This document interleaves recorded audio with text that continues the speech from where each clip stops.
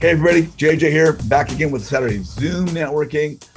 Really excited about today's presentation, today's guest speaker. Absolutely phenomenal, wonderful person. She's out of Pace Morby Sub 2 community. And if you've seen my Zoom calls before, you've heard me talk about Pace. Pace is the premier genius in creative real estate finance in the country, which means in the world. And Pace's Sub 2 community is by far unparalleled, the number one real estate education platform in the country, bar none, no exceptions.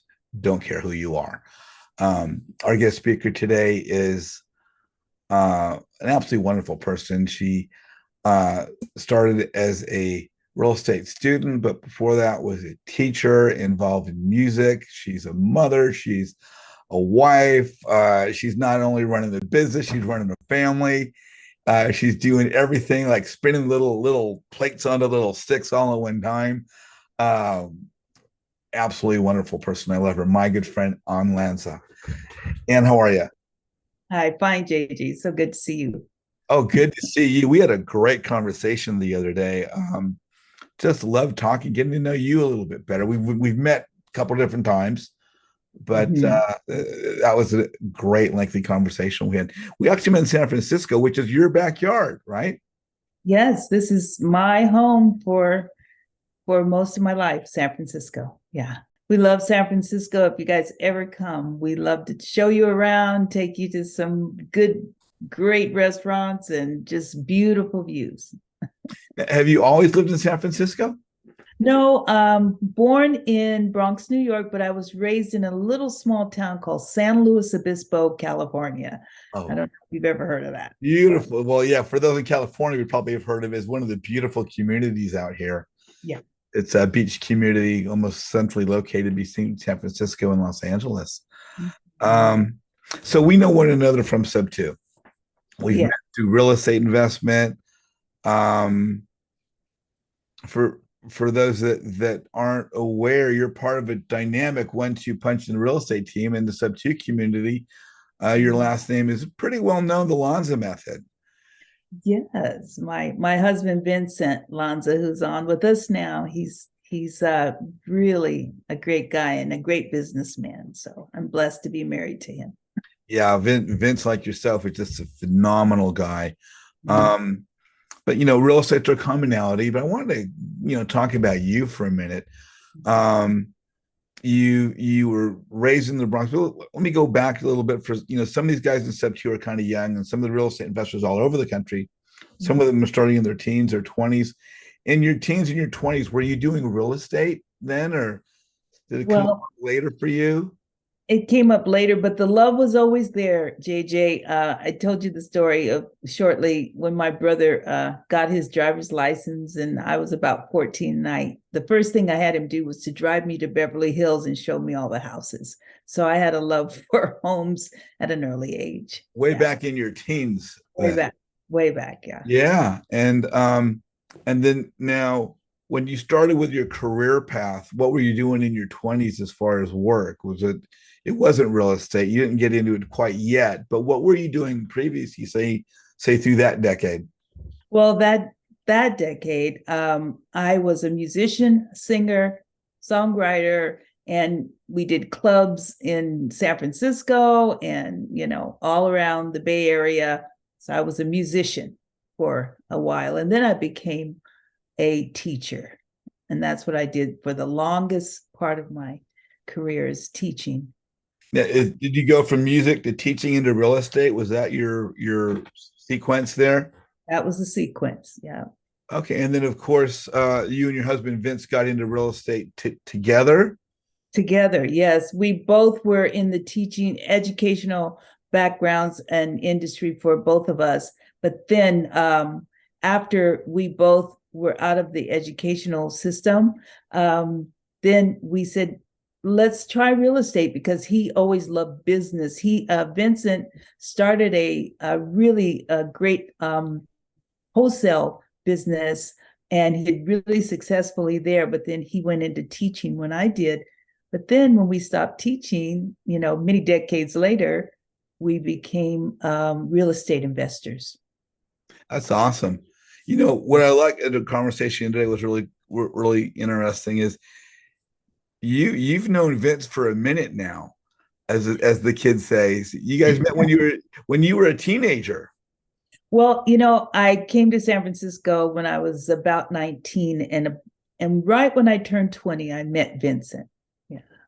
And And then so you guys have the commonality of music. That was your thing. that was the thing. My brother was a drummer and he got a job with Vincent because Vincent was the leader of his band. He was the bass player. And I went to the audition and I met Vincent, who I call him Doug.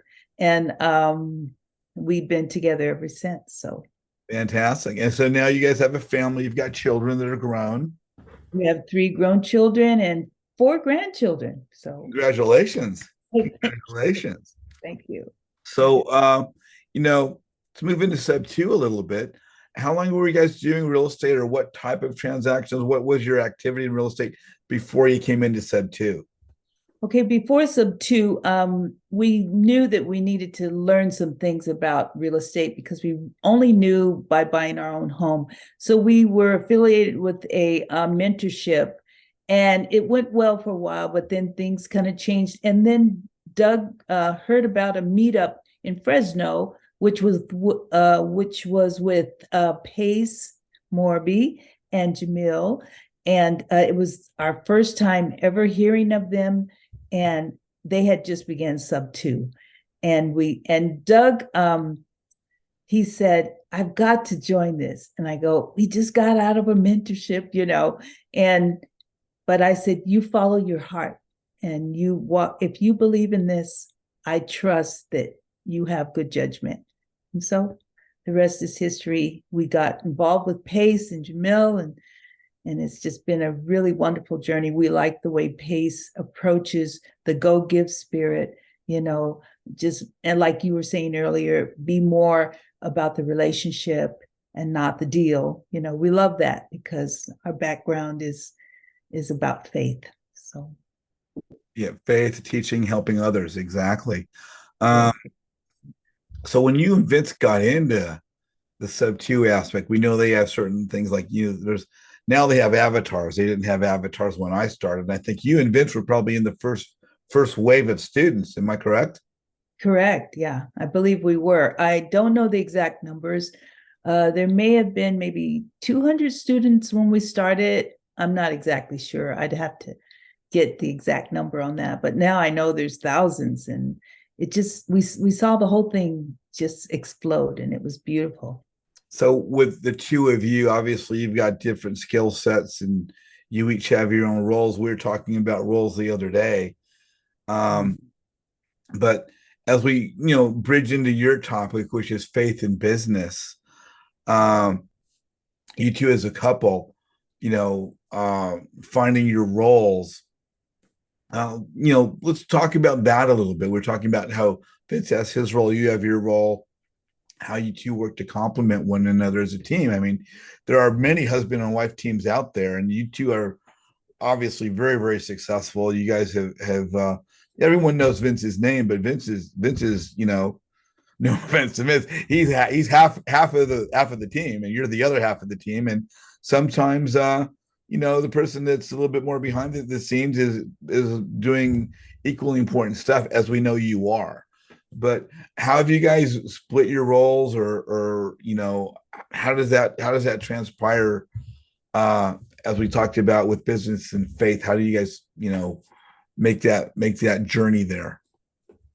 Well, that's really a great question because you do have to, like Vince, he had been in business, like I said before, and so he really knew his gift in that area. And for me, it was just like so awesome to sit there and watch him blossom into that gift that he had to build rapport with people and to talk and to just know different strategies. I mean, you ask him about a strategy, any one of them, and he just kind of picked up on it right away. And I was going, but man, I don't know if that's really my forte, So I really had to do really some soul searching and say, Ann, what is your why?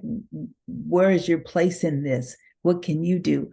And then different people would like, should I be a dispo person or acquisition person or a wholesaler or a fix and flip, and I just dabbed into all of them a little bit.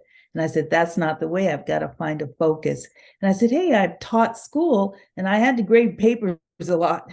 And so why not try the TC route, because it has to do with documents and I don't mind, connecting people and making things go smoothly. So I said, that's a good avatar. So I've been working on that, learning more about that. And yeah, I wanted to touch. We talked a little bit about your faith and your belief as a fundamental foundation for your life and your journey, which includes your business. Mm. And how do you weave the two? Or for people that are watching, I talked to someone the other day. They said, "Oh my gosh, faith in business! I'm so much into my faith. I need to see this presentation." Uh, but for those that are wondering how their faith ties into business, how do you see the connection? And maybe for those that don't see the connection yet, maybe they're just getting into real estate. How do you see that connection for yourself and for others? Well, my connection with faith and business, like at first you might hear faith and think religion, how can I mix my religion? But it's not religion. It's faith is what you believe in your heart, and it takes faith to build a business. It takes faith to do what you're doing, JJ, to bring people together. You have to believe something. You have to know that there's a purpose. So when I say faith in business, for Doug and I, we took our faith in God, which we have, and maybe some of you have too. You have faith in a higher power that says you have a purpose, you have something to give, you have something that other people need. And there's a scripture, if I can quote a scripture, if you don't mind. Not It's at in all. Hebrews 11:1. It says, faith is the substance of things hoped for, the evidence of things not seen. So it takes faith, to hold on to something that's not tangible, like a business, and say, but by faith, I believe this business can skyrocket, and it just takes faith. So we mixed our faith with God, with our faith in our business, and it seemed to kind of blend together very well. Yeah, that's so awesome and beautiful and inspirational, because this is a challenging business that we're doing, real estate. It's not easy. Mm-mm. And we say it all the time, business, real estate to people business. Real Mm-hmm. estate's about relationships. And with that, we need to be true to ourselves in our journey, in our path. And that means presenting ourselves properly. And as you say, it means, believing in ourselves and believing in the hard work that we're putting through is going to take us where we want to be, as long as we're consistent in who we are. And Mm-hmm. so, Mm-hmm. yeah, you were just like sharing complete gold nuggets the other day when we were talking about, all the different aspects of how business and faith tie together, and the inspirational aspects. I thought that was fantastic. As you and Vince have gotten into this now, you guys are meeting all kinds of people. Wonderful people too. I mean, like you're saying, people that we never thought we'd be in the same room with, actually, and it's like, how can you explain that? How can you explain being, in one position and then all of a sudden you're catapulted into this whole group of people that are so knowledgeable in real estate, and we've only been doing it, even though we're of a certain age, we've only been doing it since 2019. That's not that long. And then we're in the room with people who have been doing it for many years and not so many years. But the wisdom that is in these rooms is just amazing. So it's been great for us. Now, I imagine you two find yourselves getting contacted by people all the time, asking questions, not just about the Lanza method in real estate, but you know, um, let me ask you, even are there certain things you see as a husband and a wife as you guys do this journey together? I'm sure that has its own challenges, compromises. What are some of the things that maybe you've learned as an individual of a husband and wife team that you can maybe share with some of the newer investors as they're getting going, kind of not just finding their role, but learning how to work with their partners or moving into a new field? Is there any suggestions you have for people along that line?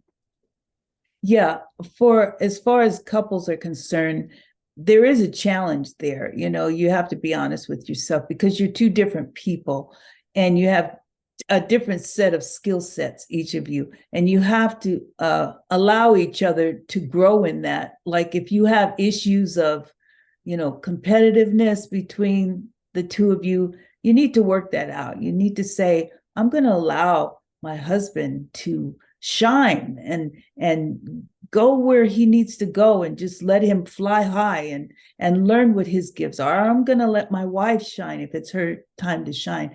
And if you're able to balance between those two things and work together, and I tell you a real super secret, you know, if I connect faith with this, is to pray together, you know, and that way your heart, you know, reveals the truth about every matter. And if you're saying, honey, I'm feeling insecure about this situation, and I don't know if we should do that deal, or I don't feel comfortable with that. You know, you have to be willing to work with each other's the dynamics of your heart and how you're feeling, you know, and so husband and wives need to learn that and be sensitive to each other's feelings too, you know, super, super important.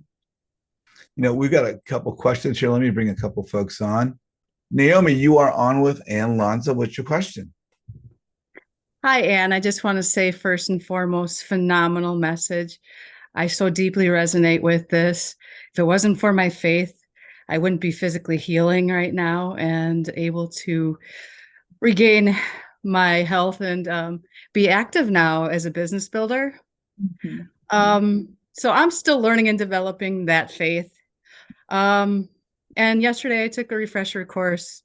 Last year on the same date, I got certified as a life coach through a faith-based company. So, but what are some important practices that really keep you connected with that faith and that really strengthens you each and every day?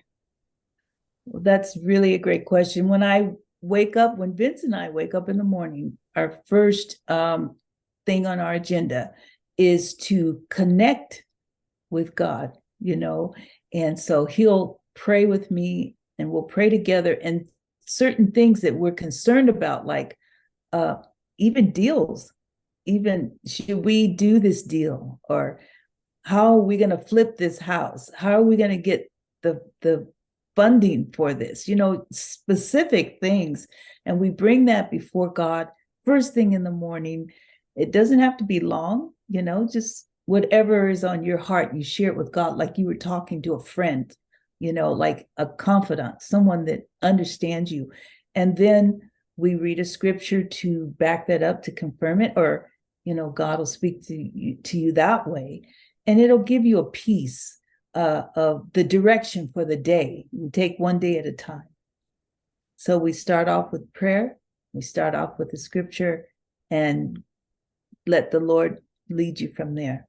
Thank you so very much. That was an amazing answer. Thank you.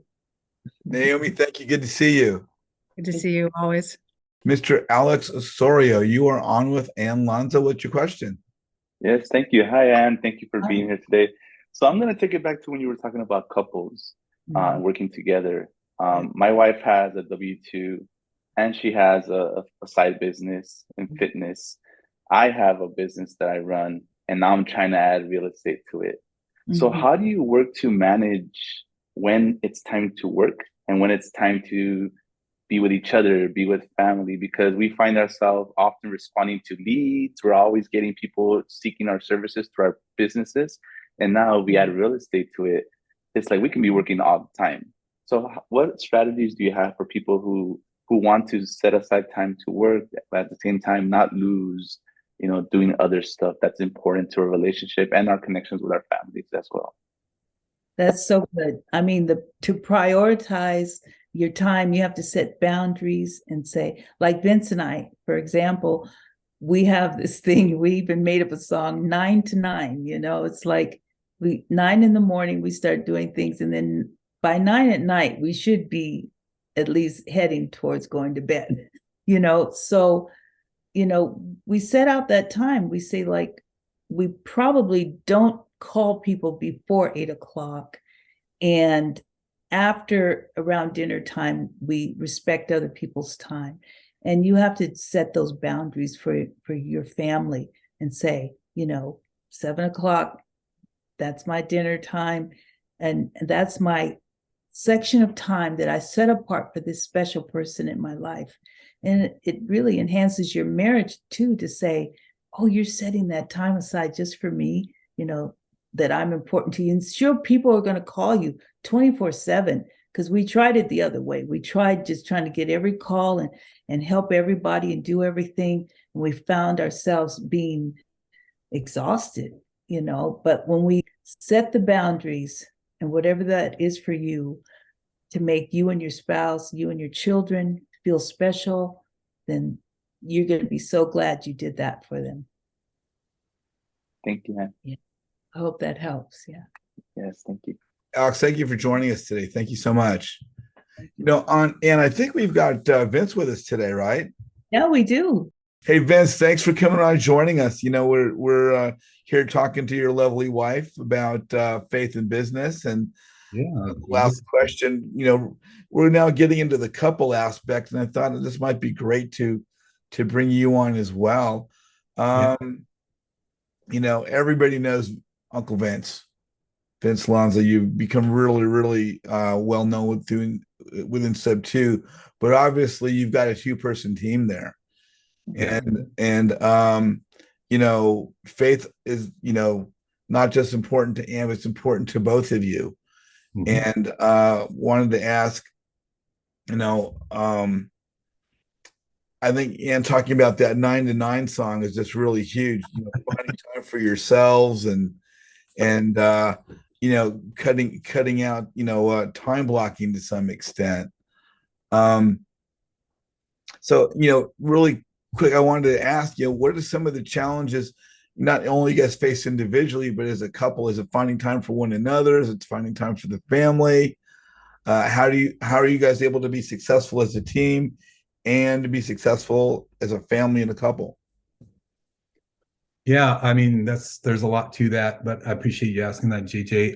I think, a lot of people can tend to be workaholics, right? We have a desire within us to be successful, but depends what you define as success, right? Is success where, like, my business is successful, I'm making a lot of money, but at the expense of my relationships with my family and those that we love? I mean, ultimately, if we were to go up here and ask each person, like, why are you doing this? You would probably say, well, I'm doing this for my family, right?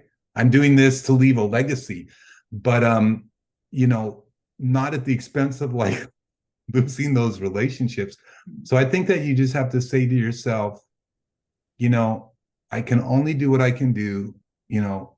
There's a tomorrow. And if I don't get everything done today, there's a tomorrow, God willing. And, just like Ann was saying, just set your boundaries. So there's times when I just shut my phone off. I just turn it off. I'm like, done with that. One of the times where we don't do any business is during dinner. So we always have that time, 99% of the time at night, where we sit down and eat dinner and we talk together. There's at a certain time of night, we're like, that's it. I'm not going to take any more calls. People maybe text me, people may be calling me. I'll be like, you can talk to me tomorrow. It's okay.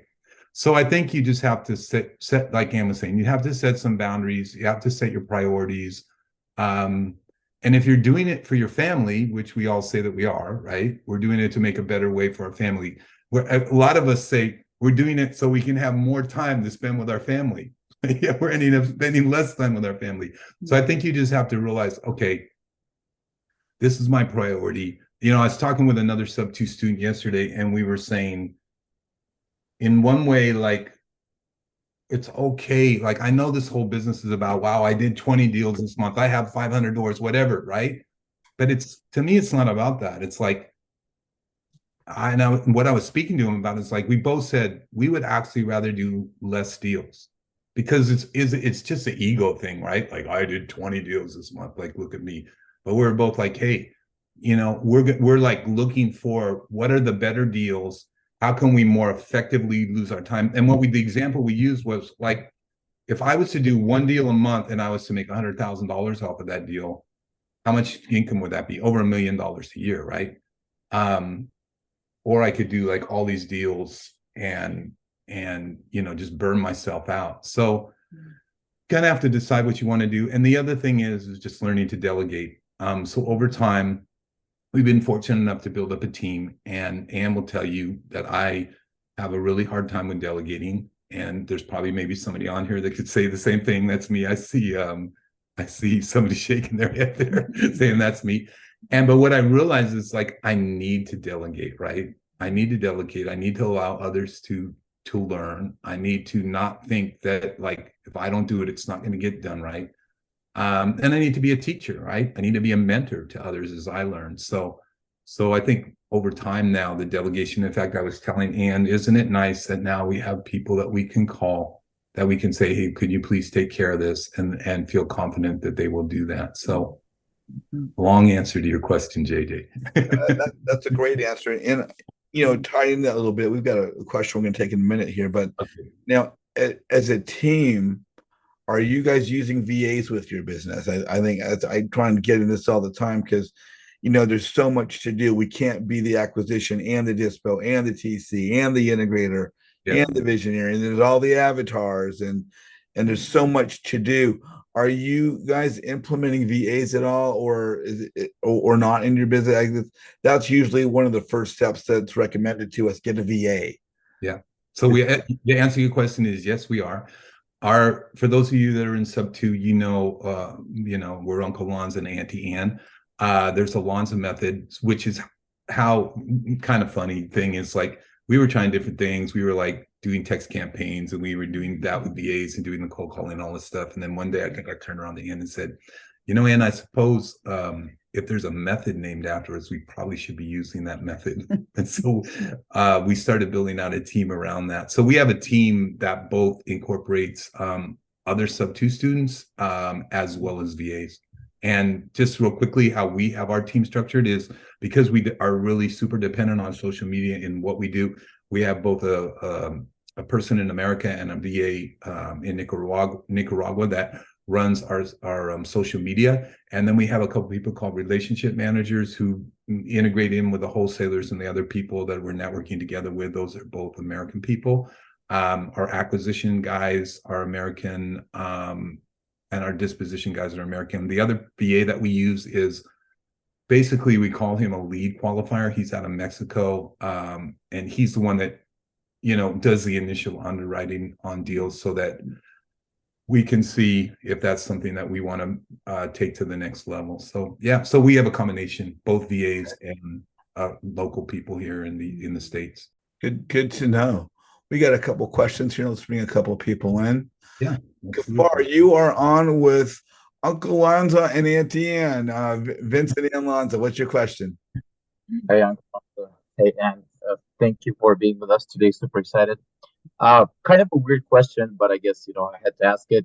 I started sub 2 about 2 months ago, and I consider myself a somewhat religious person. And I know Pace was talking about it. He mentioned religion as one of the holdbacks for a lot of people not to do deals because, especially when you're serious into religion and many types of religion, there's a lot of strict rules being implemented or implied in the religion, right? So I guess my question is, have you ever felt a conflict doing some types of real estate deals while being religious, making it kind of like not wanting to do some real estate deal because it was kind of contracting with your religion? Have you ever felt like that? I know you guys did all types of deals, wholesale. You had maybe sometimes you had to kick somebody out, or people were at foreclosure or anything like that. Do you have specific type of deal? Maybe you don't really want to do it because of some religious aspect, or maybe like moral aspect. Sure. Well, you want to answer that, or? I would say yes. There are some restrictions, and if you feel like a deal is not a win-win for everybody, and I don't call that religion, I just call that integrity of the heart, to say, no, that's wrong. I can't do that person that way, for any amount of money. And whether you call that religion, faith, or conviction, so I don't know. Yeah, I mean, I would agree with Ann. And again, I probably wouldn't call it religion. I would just call it like just your philosophy of life, right? Your moral base, right? Like, where is your moral base coming from, right? And, if your moral base is like, I don't want to break the law. I don't want to cheat people. I don't want to rip people off. Then, yeah, they're going to be time, you're not going to get involved in deals where you feel like that. So I would say, just thinking back over it, like, fortunately, we've mostly been able to get involved in deals where it's actually helpful to people. And the relationship that we end up having with people is that they're super thankful to us. Yeah, and that's because again, like Ann was saying, we get involved in a lot of deals where people need help and we come in to help them. And just a small case in point, a deal we recently did here in the Sacramento, California area.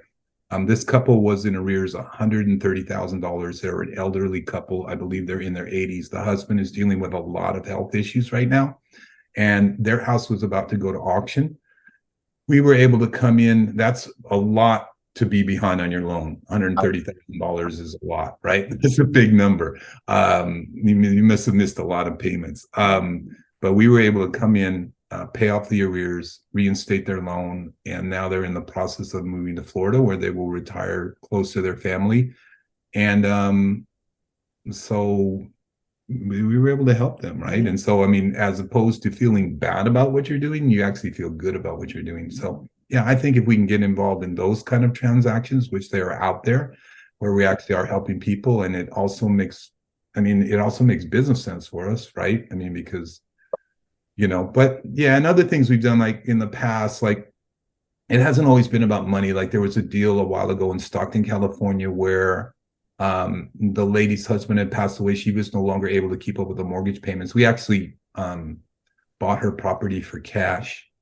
But one of the things that we also did was to find her a new place to live and pay the first month's rent and the security deposit, which I think ended up costing us an extra $5,000 or so, which could have been $5,000 in our pocket. But again, it's kind of nice to just be able to help people, right?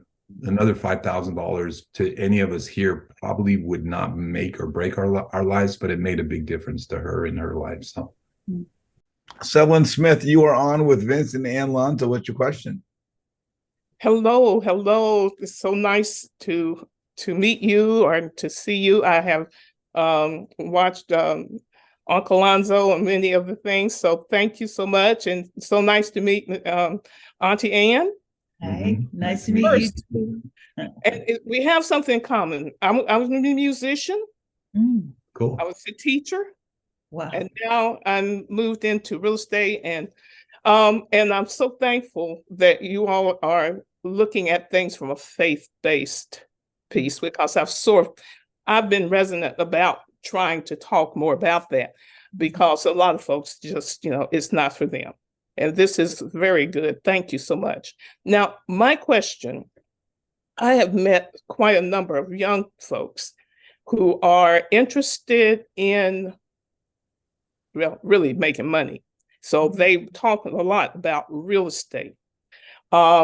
How do you, if you're talking to someone, mentoring someone who's interested, but you want them to have a foundation of understanding, it's about giving, it's about the faith. What is your faith? Why are you doing it? What's your purpose? How do you coach someone? I just want to get your perspective on either one on coaching. If you run across someone who, in your hearts, that means, it seems like that's something you need to talk to them about. That's really a good question. For me, like when we coach, especially young people, and it's like we have the mindset separation of church and state, and that whole thing. Mm-hmm. So when I say faith, it's not like join my religion, believe.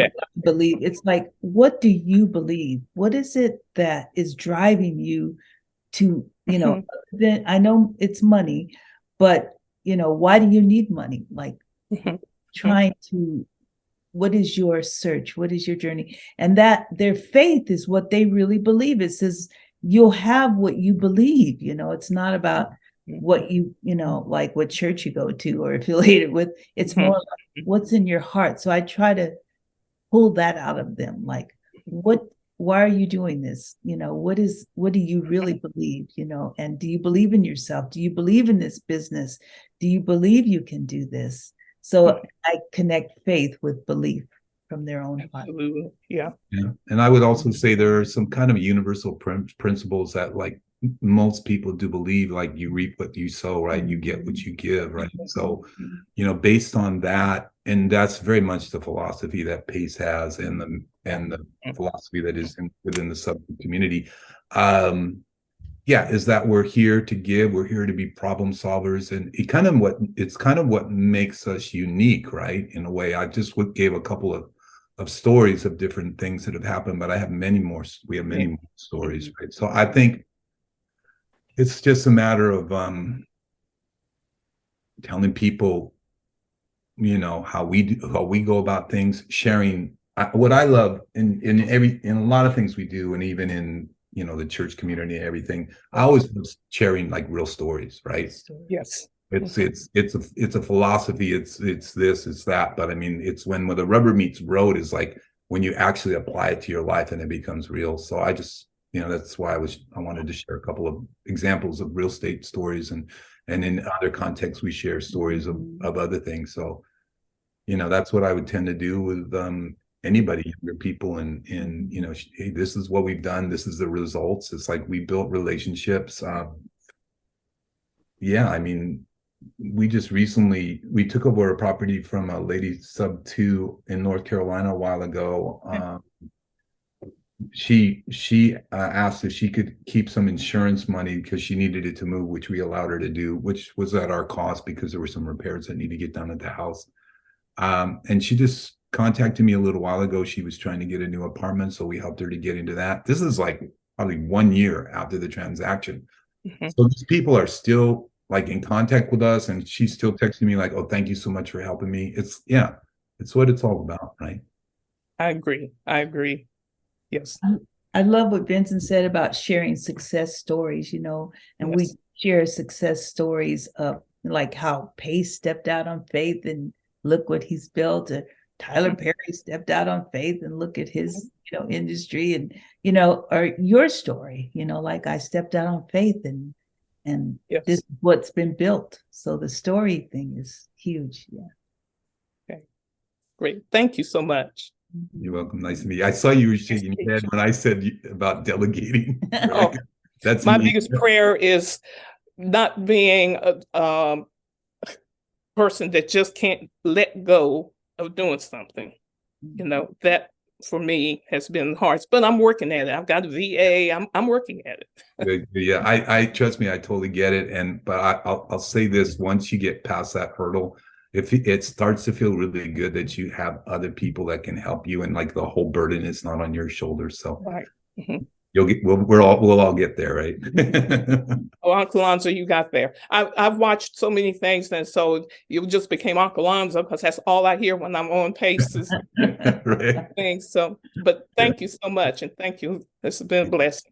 So, Ann and Vince, I want to wrap up a little bit, but before I do, if people want to get in touch with you, and Ann and I chatted about this a little bit ago, and I think, Vince, you and I have talked about this in the past, but if people want to connect with you, is it Instagram? Is it MySpace? Is it TikTok? Do you have a preferred social media? Do you guys have a website? I know you're teaching. I know you've got certain programs going on. So what's the best way for people to follow you? Maybe follow the whatever trainings you might have available for the real estate community.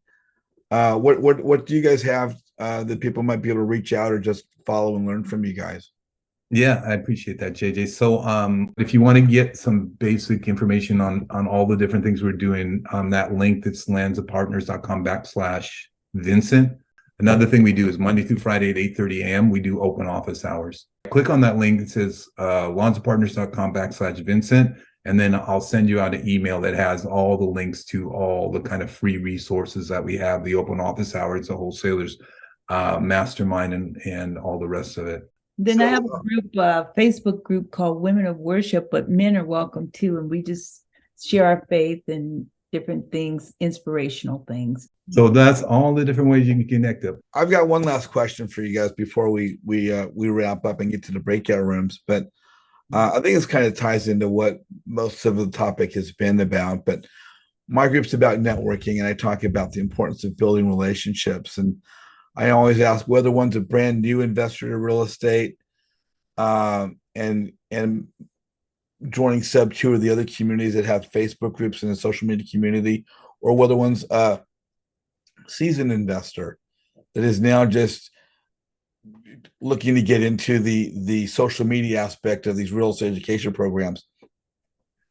For these investors that are coming into the social media circle now, what importance is it to the success of their business, do you feel, to be networking, to build their business, and maybe join a networking group like mine? What role, what importance is it? Because a lot of these investors think they can do it by themselves. But again, I'll ask each of you individually, whoever wants to answer first. But what is the importance that you guys see of networking to build one's business? Do you want to go first? No, go ahead. Oh, networking is huge, JJ, as you know, and that's, it's like no man's an island, right? And it's really true that the more people you network with, the larger your group grows, and you're touching so many people's lives, and it just builds your business. It's like when Vince and I started networking and getting to know people, deals, they just come to you. It's like, people want to JV with you. People want to know what you're doing. And it's just wonderful. At first, you may feel a little shy about networking, but if you just start off little, I think Pace had us, just get 25 people's number, at some meetup, and it builds from there until hundreds and hundreds of people. So networking is really huge. Yeah, I mean, I absolutely agree. Networking to us is everything about the business, which we have been doing since like day one of the business, even before we were in Sub 2. Yeah. I mean, I could go over deal how like the networking connections we had and that we have become so valuable, how they, allowed us to do our business. This most recent deal in Roseville, without going into a lot of details, we needed about $150,000. As I explained, those people were in arrears $130,000. Through another network we had in North Carolina, when we met up with some people, we had met up with some other investors. We called several of them, and one of them was able to loan us with a private money loan the $150,000 we needed for that transaction. This deal that we did in Stockton that I recently described to you was all done within the Sub 2 community. The deal came from a Sub 2 student. We partnered with a couple Sub 2 students in the area. The financing came from Sub 2, and the real estate agent that we ultimately sold that property because it was a fix and flip was a Sub 2 student. So it's, and again, we network with people outside of Sub 2 as well. So, I mean, the Sub 2 community is great. But also, we have friends and others like this flip that we're doing in Concord, California right now. It's the realtor we're using. We got from another friend we know. It's just, and we do the same thing, like people ask us, do you know this? Do you know that? Like, and I've always talk about the importance of building your team, and on your team, you're going to have contractors and realtors, and you're going to have money lenders and mortgage people, and you're going to have